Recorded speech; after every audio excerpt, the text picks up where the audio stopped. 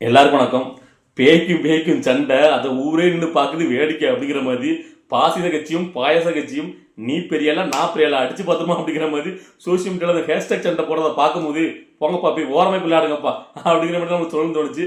அந்த அளவுக்கு காமெடியா இருந்துச்சு. ஆனால் சரியான ஒரு என்டர்டைன்மெண்ட்ங்க. இவங்க எதுக்காக இந்த சண்டை போடுறாங்க அப்படின்னு கேட்டீங்கன்னா, தளபதி விஜய் அவர்கள் தான் இப்போ சோசியல் மீடியா ஃபுல்லாக ஆக்கிரமிச்சிட்டு இருக்காரு. அவர் தான் ட்ரெண்டிங்ல இருக்காரு. ஸோ அதை போக்கணுமா, இவங்க ட்ரெண்டிங்ல வரணுமா, அட்டென்ஷன் சீக்கிங்க இவங்க வரணுமா அப்படின்னு காட்ட நினைக்கிறாரு அண்ணாமலை அவர்களும் இந்த பக்கம் உதயநிதி ஸ்டாலின் அவங்களும். அதுக்காக தான் சண்டே நடத்துறாங்க. இங்க நாட்டில் 1008 பிரச்சனை போயிட்டு இருக்கு. இவங்க பெரிய 75 வருட பாரம்பரிய கட்சி, இது ஒரு தேசிய கட்சி. இந்த சின்ன பிள்ளை மாதிரி, அதாவது தளபதி விஜய் அவர்கள் அரசியல் கட்சி ஆரம்பிச்சு வரும்போது இப்ப அவர் கட்சியெல்லாம் யார் சேருவாங்க? இந்த சின்ன பசங்க சோசியல் மீடியால தளபதி சண்டை போட்டு நடப்பாங்கல்ல, சினிமா பைத்தியங்க மாதிரி, அவங்க தான் இப்ப விஜய் கட்சியை சேருவாங்க. சின்ன பசங்கப்பா, அவங்களும் அரசியலை பத்தி என்னப்பா தெரியும் அப்படின்னு நக்கலா இலக்காரமா பேசினதுல 3/4 பேர் இன்னைக்கு உட்காந்துக்கிட்டு முடிச்சிருந்து சோசியல் மீடியால get out Modi, get out style மாறி மாறி ட்ரீட்மெண்ட் நடக்காங்களா, சண்டை போறாங்க. யாரா சின்ன பசங்க அப்படின்னு இப்ப நாம கேட்கணும்னு தோணுது. அதாவது தளபதி விஜய் அவர்கள் அரசியல் கட்சி ஆரம்பிச்சு வந்ததுக்கு அப்புறம் அந்த ரசிகர்கள்லாம் அப்படி தொண்டனாக்கி அரசியல் லெவலில் அவர் வேற லெவலில் கொண்டு போயிட்டு இருக்காரு, அவங்க பசங்களாம் பக்குவப்படுத்தி. இப்போ நீங்க ஒரு விவாதம் மேடா போடுங்க, அவர் தளபதி விஜய் சைட்ல இருந்து அந்த தமிழை வச்சுக்கிறது வர சின்ன பசங்க எல்லாம் இருப்பாங்க. ஆனா அவங்க நறுக்கு அவன் பாயிண்ட் எடுத்து பேசுறதுல அவங்களே தெரிச்சு ஓடிட்டு இருக்காங்க. சோ அவங்க தெளிவாயிட்டாங்க. ஆனா இங்க பெரிய நாங்க ஆலம்பர கட்சி, 75 வருடம் நாங்க ஆலம்பர கட்சி அப்படி சொல்ற அந்த கட்சி சரி, இங்க நாங்க வந்து பெரிய தேசிய கட்சி அப்படின்னு கட்சி இப்போ உட்காந்துட்டு ஹேஷ்டேக் சண்டை. நாட்டுல எவ்வளவு பிரச்சனை போயிட்டு இருக்கு, மக்கள் பிரச்சனைகள் எவ்வளவு இருக்கு, அதுக்காக உட்காந்து அந்த பிரச்சனைகளை ஆக்கப்பூர்வமா செயல்படுத்தி பாத்தீங்கன்னா உட்காந்து ஹேஷ்டேக் சண்டை போடுறாங்களா, நீ பெரியால நான் பெரியலான்னு.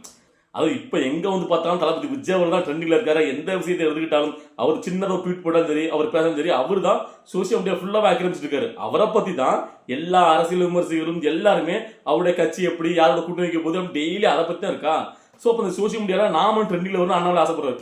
ஸோ அதனால இப்போ கையில் இருக்காரு. அதாவது திமுக வெர்சஸ் தேவக்கன்னு இருக்குல்ல, அதை அப்படியே மாத்தணுமா, திமுக வெர்சஸ் பிஜேபி அப்படின்னு மாத்திரக்காண்டி இப்போ இறங்கி வந்து பார்த்தீங்கன்னா அடிச்சு லாடலாம் சொல்லிட்டு இறங்கி அப்படி பயங்கரமா ட்ரெண்ட் நினைக்கிறாரு.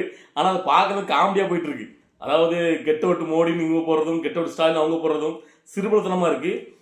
இதுல ஒரு கட்சி நடுவில் நான் இருக்கேன் சொல்லிட்டு யாரு, நான் தமிழ் கட்சி, get out Modi and Stalin. சரி, ட்ரெண்டிங்ல யாருப்பா வரான்னு போய் பார்த்தோம்னா எனக்கு ஆச்சரியம், நம்ம பசங்க இருக்காங்க தமிழை வச்சுக்களுக்கு டிவிக்கே டிஎன்னு. இது எப்பறம் நீங்க ஆரம்பிச்சீங்க? அதாவது தளபதி விஜய் அவர்கள் இந்த விஷயத்தெல்லாம் அவருக்கு பெருசா பொருட்படுத்த மாட்டார். அவர் மக்கள் பிரச்சனை மட்டும் கவனம் செலுத்துன்னு சொல்லி இந்த மாதிரி விஷயம் கேட்டுக்க மாட்டார். ஆனா பசங்க சும்மா இருக்காம, அதாவது அதிகாரப்பூர்வமா தளபதி விஜய் அவர்களே சொல்லாமலேயே இந்த பசங்கள்லாம் ட்ரெண்ட் பண்ண விஷயமே நான் ட்ரெண்டிங்லயும் பாக்குறேன். அதுதான் முதல்ல வருது, டிவிக்கே டிஎன்னு. அதாவது கெட் அவுட் ஸ்டாலின்ங்கிறது கொஞ்சம் அதிகமா போயிருக்கு. ஆனா நம்ம பசங்க போட்டது முதல்ல வருது. எனக்கு ஆச்சரியம். அப்ப அதிகாரப்பூர்வமா தளபதி விஜய் அவர்கள் மட்டும் இப்ப அண்ணாமலை அவர் சொல்ற மாதிரி ஒரு ஹேஷ்டாக் ட்ரெண்ட் பண்ணுங்கப்பா அப்படின்னு ஒரு வார்த்தையை சொன்னா என்ன நடக்கும், வேற லெவல்ல பிச்சுட்டு போகும். ஸோ அந்த எனக்கு தோணுச்சு அதை பார்த்த உடனே. ஸோ இதுல முக்கியமா கவனிக்க வேண்டியது என்னன்னா, அண்ணாமலை அவர்கள் இந்த அளவுக்கு பாஞ்சி அடிக்கிறாரு. அதாவது இந்த திமுக சைட்ல தான் முதல்ல ஆரம்பிச்சது, கெட் அவுட் மோடி நாங்க சொல்லுவோம், கோ பேக் மோடின்னு சொன்ன மாதிரி அப்படி சொன்னாரு. அதெல்லாம் பெருசா எடுத்துக்க வேண்டிய அவசியமே கிடையாது. ஏன்னா திமுக சும்மா இப்படிதான் வாய்ச்சாட விடுவாங்க. அதுக்கப்புறம் மோடி அவர்கள் வரும்போது கருப்பு இல்ல வெள்ளை கொடையை குடிச்சிட்டு போய், ஏன்னா கருப்பு கொடையில கூட கருப்பு இருக்கக்கூடாதுன்னு சொல்லிட்டு வெள்ளை கொடையை பிடிச்சி வந்து கூப்பிட்டு வருவாங்க. ஏன்னா நமக்கு இதுக்கு முன்னாடி பார்க்கலையா, ஏன்னா ஏடிஎம்கே எடப்பாடி பழனிசாமி ஆட்சி இருக்கும்போது எதிர்கட்சி இருக்கும்போது கோபேக் மோடி பழு விடுவாங்க. அப்புறம் இவங்க ஆட்சிக்கு வந்ததுக்கு அப்புறம் வெள்ளை கொடையை பிடிச்சி கூட்டு வந்தாங்க. ஸோ அதனால இது வந்து பெருசா எடுத்துக்க வேண்டிய அவசியமே கிடையாது அண்ணாமலை அவர்களுக்கு. ஆனா இதை இவர் வந்து பார்த்தீங்கன்னா இப்ப ட்ரெண்டிங்ல நம்ம தான் வரணும், நம்ம மேல ஒரு அட்டென்ஷன் சீக்கிங் வேணும்னு அண்ணாமலை அவர்கள் பயங்கரமா பிடிச்சி அவரை பிடிச்சி ஒருமையெல்லாம் பேசி நீ சொல்லி பாடுறா அப்படின்னு சொல்லிட்டு பால்டைல் பாபுன்னு சொல்லி அதை ட்ரெண்ட் பண்ணி இப்போ அதுக்கு அடுத்தாப்புல நான் காலையில் 6 மணிக்கு நான் ஆரம்பிக்கணும். இந்த எக்ஸலத்துல வந்து பார்த்தீங்கன்னா பிஜேபி தான் அதிகமான ஆட்கள் இருக்கும்போது அவங்க தெரிவிக்க விட்டாங்க. ஏன்னா டிஎம்கே சைட்ல இருந்து இவ்வளவுக்குள்ள அண்ணாமலை அவர் சைட்ல இருந்து அடிக்கிறாரு. அண்ணாமலை அவர் தைரியமா அவருடைய இதிலேயே கெட் அவுட் ஸ்டாலின் போட்டாரு. நிறைய தலைவர்கள் அவங்க சைட்ல இருந்து போடுறாங்க. ஆனா இந்த பக்கம் திராவிட கட்சியில இருந்து எனக்கு தெரிஞ்ச அன்னைக்கு உதயநிதி ஸ்டாலின் அவருக்கு ஒரு கூட்டம் போட்டாரு. அன்னைக்கு அவர் பேசின, அதாவது அண்ணாமலை அவர் பேசின அன்னைக்கு ஒரு கூட்டத்துல அவர் உட்காந்துருக்காரு நடுவுல. சுத்தி இருக்கவங்கலாம் கெட் அவுட் மோடி கத்துறாங்க. ஆனா அவர் வாயத்தனும் சொல்லவே இல்லை. சரி, அது மட்டும் இல்ல, அந்த திராவிட கட்சிகள்ல நீங்க திமுக பாத்தீங்கன்னா ஸ்டாலின் அவர்களாகட்டும், அதுக்கப்புறம் முக்கியமான எந்த அமைச்சர்களும் யாருமே போடல. இந்த சும்மா அடுத்த இருப்பாங்க, சிவாஜி கிருஷ்ணமூர்த்தி மாதிரி இந்த ஆபாச பேச்சாளர்கள், அப்புறம் வந்து கைத்தறிகள், இவங்க தான் வந்து போட்டுருக்காங்க தவிர யாரும் அதிகாரப்பூர்வம். ஆனா பிஜேபி சைட்ல இல்ல, அப்படி இல்ல. அண்ணாமலை தைரியமான கெட் அவுட் ஸ்டாலின் போட்டாரு. அங்க நிறைய ட்வீட்டுகள். அதனால இந்த ட்வீட் சண்டையில 2 பேரும் கம்பேர் பண்ண என்ன பொறுத்த வரைக்கும் கெட் அவுட் ஸ்டாலின்ங்கிறது ட்ரெண்டிங் வந்துட்டு இருக்கு. ஆனா நம்ம பசங்க இதுல இடையில வந்து வேற லெவல்ல ஒரு இது ட்ரெண்ட் பண்ணி விட்டாங்க. டிவிக்கே டிஎன்ங்கிறது எல்லாரையும் மீறி ட்ரெண்ட் ஆயிட்டு இருக்கு. ஸோ அதுதான் இப்போ மாசி. அப்போ இதே தெரிஞ்சிருக்கும். அதாவது நீங்க 2 பேரும் கடந்து இந்த சில்லறத்தனமா சண்டை போட்டு கிடக்க, நாங்க தமிழ்நாடு எங்களுக்கு தான், அப்படிங்கிற மாதிரி டிவிக்கே வேற லெவலில் வளர்ந்துட்டு இருக்கு. ஸோ இதெல்லாம் பார்க்கும்போது அப்போ தளபதி விஜய் அவர்கள் எந்த அளவுக்கு ஒரு பக்குவம் பட்டு இருக்காரு அப்படின்னு நமக்கு தோணுது. அதாவது முதல்ல தளபதி விஜய் அவர்கள் தான் தன்னுடைய கொள்கை தலைவருக்கு தன்னுடைய பனையூர் ஆபீஸ் கட்சி ஆபீஸ்ல சிலை திறந்தார். உங்களுக்கு தெரியும், முதல் வருடம் முடியும் போது, ஓராண்டு முடியும் போது கரெக்டாக திறந்து அவங்க மரியாதை செலுத்தினார். ஸோ அப்பவுமே எல்லாரும் என்ன கிண்டல் பண்ணாங்க கேட்டீங்கன்னா, ஏப்பா இவர் என்னப்பா சும்மா வெளியில் வர மாட்டாரு, இப்போ உள்ளுக்குள்ளேயே வந்து பார்த்தீங்கன்னா ஓப்பன் பண்ணிட்டார்ல சிலைகளை, இன்னும் உள்ளுக்குள்ளே வச்சு போட்டோ சுட்டு எடுத்துக்கலாம்ல, எத்தனை நாளைக்கு தான் ஃபோட்டோ வச்சு எடுப்பாரு, அதுதான் சிலையை வச்சுட்டாரு, வெளியே வர வேண்டாம்ல பனையூர் அப்படின்னா நக்கல் பண்ணாங்க.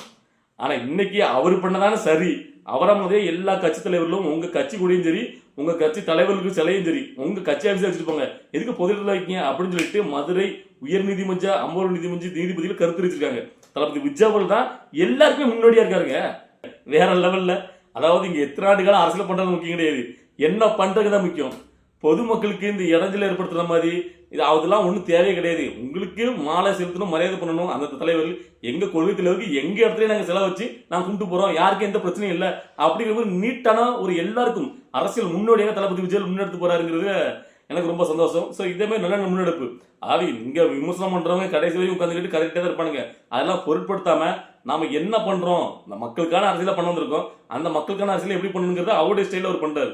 இப்போ பொது இடத்துல போய்கிட்டு ஒவ்வொரு செலவு வச்சுக்கிட்டு அங்கே மாலை போய்கிட்டு அங்கே ஒரு கூட்டத்தை கூட்டிக்கிட்டு ஒரு அங்கே பொதுமக்களுக்கு இடத்துல ஒரு ஆம்புலன்ஸ் எதுக்காம இடத்துல கொடுக்காம நீட்டா அந்த தலைவரில் உள்ளே செலவு வச்சுட்டு ஒரு எக்ஸாம்பிளா இது எவ்வளோ பெரிய ஒரு முன்னெடுப்பு. அப்படி பார்க்கும்போது பரவாயில்ல, இப்போ ஒரு தீர்க்க தரிசி மாதிரி முன்னாடியே ஒரு பிளான் பண்ணி பண்ணியிருக்காரு அப்படின்னு நமக்கு பாட தோணுச்சு. அதாவது அவசரத்தில் முன்னாடி வந்து கட்சி ஆரம்பிக்கிறது பெரிய விஷயம் கிடையாது, எப்போ வாரங்கிறது முடியல, என்ன பண்றோம் நாம எப்படி செயல்படுறோம் அப்படிங்கிறத முக்கியம்.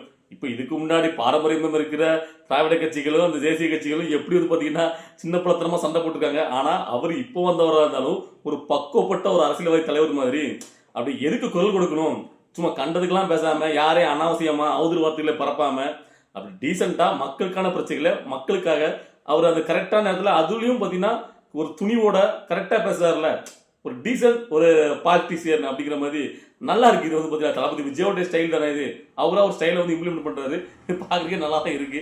இல்ல இப்படி நம்ம தளபதி விஜய் அவர்களுக்கு சப்போர்ட் பண்ணி நம்ம வீடியோக்குள்ள போடுறதுனால காண்டாயில சில பேர் வந்து கமெண்ட் போடுறானுங்க, என்ன நீ விஜய்க்கு ஓவரா ஜாலரா போடுற, இதுக்கு 200 தராரா உனக்கு அப்படின்னு தக்கலாம். ஏண்டா எனக்கு இருக்க 200 தரணும், நான் சொந்தமா உழைச்சிட்டு இருக்கேன். தளபதி விஜயோடைய அரசியல் எனக்கு பிடிக்கும், அதனால நான் சப்போர்ட் பண்றேன். ஏன்னா அவர் பதவி தருவாரு பணம் கொடுப்பாருன்னு கிடையாது, முதல்ல அதை புரிஞ்சுக்கணும். எனக்கு பிடிச்ச சில மக்கள் நான் பேசுற வீடியோவை பாக்குறாங்க, சந்தோஷமா எனக்கு கமெண்ட் போடுறாங்க, அந்த சில பேருக்காண்டி நான் வந்து பேசணும்னு நினைக்கிறேன். முதல்ல புரிஞ்சுக்க, ஒன்னாம தற்கொலைகளுக்காண்டி நான் வீடியோ பதிவு போடல. அதுக்கப்புறம் நீ சாப்பிட்ற சாப்பாடு இருக்குல்ல, அதுல இருக்கிற இந்த அரிசி என்ன விலை அப்படின்னு தீர்மானிக்கிறது கூட இங்க அரசியல் இருக்கு. அரசியலை நீ பேசினாலும் பேசாட்டாலும் அரசியல் தான் உன்னை தீர்மானிக்குது, நீ என்ன வேலை பார்க்கணும், நீ எப்படி இருக்கணும், என்ன மொழி பேசணும், எல்லாத்துலேயுமே அந்த அரசியல் கலந்துருக்கு. நீங்க அரசியலை அப்படி ஒதுக்கிட்டு நீ கடந்து போகலாம் முடியாது. அப்படின்னு கடந்து போனா ஸோ உனக்கு பிடிக்காத ஒரு தலைமையின் கீழே நீ வந்து பார்த்தீங்கன்னா வாழ்ந்துட்டு இருப்ப, அதான் உண்மை. நான் எனக்கு பிடிச்ச ஒரு மனுஷன் தைரியமா தில்லா துணிச்சலா கட்சி ஆரம்பிச்சுட்டு அரசியல் வரும்போது அவருக்கு சப்போர்ட் பண்ணணும்னு நினைக்கிறேன், அவர் பண்ற நல்ல விஷயங்களுக்கு. ஸோ அதே சமயத்தில் எனக்கு பிடிக்காத விஷயங்கள் அதில் இருந்தால் கூட தைரியமா சொல்லுவேன், எனக்கு இதுக்கு பிடிக்கல அப்படின்னு சொல்லிட்டு. ஏன்னா அந்த துணிச்சலும் தம்மும் எனக்கு இருக்கு, ஏன்னா நான் பொல்லாதவன். ஓகேவா? சரி, உன்னோட அந்த கமெண்ட்டுக்கெல்லாம் வேற யார்ட்டையா வச்சுக்கோ. சரி, இந்த வீடியோ பார்த்துட்டு இருக்க தோழர்கள் உங்களுக்கு என்ன தோணுச்சு? நேற்று நடந்த இந்த காமெடி என்ஜாய்மெண்ட் இதெல்லாம் நீங்க ரொம்ப ரசிச்சிருப்பீங்க. ஸோ உங்களுடைய எக்ஸ்பீரியன்ஸ் எப்படி, நீங்க என்னெல்லாம் என்ஜாய் பண்ணீங்க அப்படிங்கிறத கமெண்ட்ல பதிவு பண்ணுங்க. பாய்.